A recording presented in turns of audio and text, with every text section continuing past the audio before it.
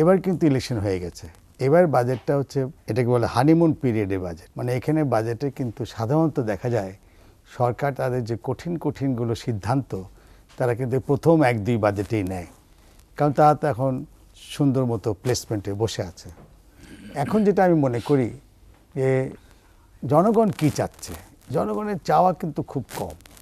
ওরা চাচ্ছে যে নিত্য প্রয়োজনীয় জিনিসগুলো যাতে তাদের ক্রয় ক্ষমতার মধ্যে থাকে। আব্দুল মাতলুব আহমদ, মাতলুব ভাই আপনার কাছে যেতে চাই। আমরা যেটি শিরোনাম রেখেছি বাজেট নিয়ে। আপনি জানেন যে করোনা, তারপরে রাশিয়া ইউক্রেন যুদ্ধ, ডলার সংকট, নানাবিধ সংকটের মধ্যে দিয়ে অনেকটা আমাদের অর্থনীতি এগিয়ে চলছে। এই সময়ে টানা চতুর্থবার ক্ষমতায় আসায় আওয়ামী লীগ সরকারের সামনে কি ধরনের চ্যালেঞ্জ আছে এই বাজেট নিয়ে? আমরা প্রথমে এটি একটু শুনতে চাই আপনার কাছে। এবার সবচেয়ে আগে মনে পড়ছে গত বাজেটের ডিসকাশনে আমরা বলেছিলাম ইলেকশন বাজেট, এখন এটা 2-3বার নানান রকম চেঞ্জেস আসবে। এবার কিন্তু ইলেকশন হয়ে গেছে। এবার বাজেটটা হচ্ছে এটাকে বলে হানিমুন পিরিয়ডের বাজেট। মানে এখানে বাজেটে কিন্তু সাধারণত দেখা যায় সরকার তাদের যে কঠিনগুলো সিদ্ধান্ত তারা কিন্তু প্রথম 1-2 বাজেটেই নেয়, কারণ তারা তো এখন সুন্দর মতো প্লেসমেন্টে বসে আছে। এখন যেটা আমি মনে করি যে জনগণ কি চাচ্ছে, জনগণের চাওয়া কিন্তু খুব কম। ওরা চাচ্ছে যে নিত্য প্রয়োজনীয় জিনিসগুলো যাতে তাদের ক্রয় ক্ষমতার মধ্যে থাকে। সেজন্যই আমরা বাজেটে এক্সপেক্ট করব যে যেগুলো এসেনশিয়াল আইটেমস সেগুলো ডিউটি হয় সরিয়ে দেবে, এবং যারা ব্যবসা বাণিজ্য করে তাদেরকে উদ্বুদ্ধ করবে যাতে নিত্য প্রয়োজন জিনিসগুলো জনগণের ক্রয় ক্ষমতার মধ্যে সীমার মধ্যে থাকে। আরেকটা হচ্ছে ব্যবসায়ীদের যে রিকোয়ারমেন্ট, সেটা হলো নগদ অর্থ ব্যাংক থেকে।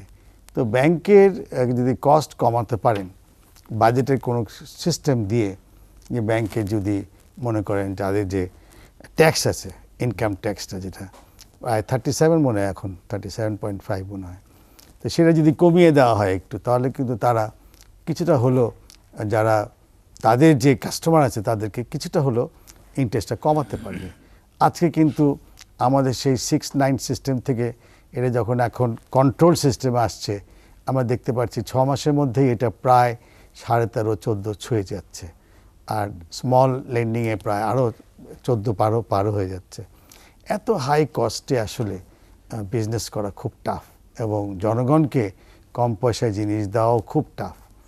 এছাড়াও আমরা এক্সপেক্ট করব যে এই যে ডলার সংকট কিন্তু কিছুটা হলো কমে আসছে, কিন্তু ব্যাংকে এখনও 100% তারা নিচ্ছে, ডিপোজিট নিচ্ছে, মার্জিন নিচ্ছে এলসি খোলার জন্য। অনেকে মার্জিন দিয়েও এখনও তারা এলসি খুলতে পারছে না। এলসি যতক্ষণ পর্যন্ত লিবারালাইজ না করে ততক্ষণ পর্যন্ত ফ্লো অফ গুডস আসবে না। মনে রাখতে হবে আমাদের বাংলাদেশ কিন্তু ইম্পোর্ট ওরিয়েন্টেড কান্ট্রি এখনও রয়েছে। তো যতক্ষণ পর্যন্ত এলসি ফ্লো স্মুথ না হয় ততক্ষণ পর্যন্ত কিন্তু সাপ্লাই স্মুথ হবে না, আর সাপ্লাই স্মুথ না হলে আমরা দেখতে পাবো না যে কাঙ্ক্ষিত যে ইনফ্লেশন রেট সরকার চাচ্ছেন সেখানে আমরা রিচ করতে পারবো।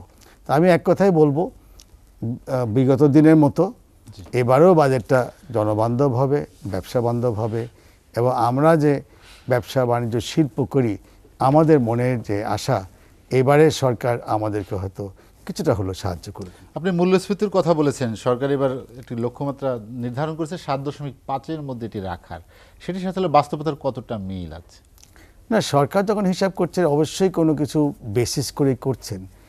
ওয়ার্ল্ডে কিন্তু অনেক জিনিসপত্রের দাম কমে যাচ্ছে, এবং সেই হিসাবে হয়তো কিছুটা হলো আমদানিকারক যারা আছে তারা একটু সাপোর্ট পেলে তারা দামটা নামাতে পারবে।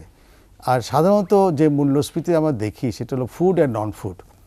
তো নন ফুড অনেক কিছুর উপর নির্ভর করে, কিন্তু ফুডটা নির্ভর করে অ্যাবসলিউটলি সাপ্লাই চেইনের উপরে। সাপ্লাই চেইনটা যদি স্মুথ করতে পারে এবারে বাজেটে, অবশ্যই আমি মনে করি যে সরকার তার কাঙ্ক্ষিত জায়গায় হয়তো যেতে পারবে।